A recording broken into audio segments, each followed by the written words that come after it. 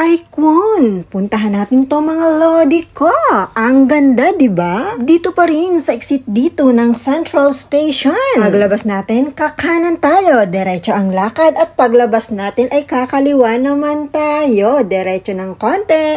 At kakanan naman tayo dyan. Diretso ulit ang lakad at malalampasan natin ang Cafe de Coral, Home Bake at ang McDonald's. Tawid tayo mga lodi ko at lakad ulit ang konti. At isa pang tawid. Ayan. Dyan po ulit tayo babaybay. Papuntang middle level escalator. Dyan tayo dadaan. Sundan nga lang po natin ang mga nagdadaan ng tao dyan. Hindi naman tayo maliligo at may mga signage din po.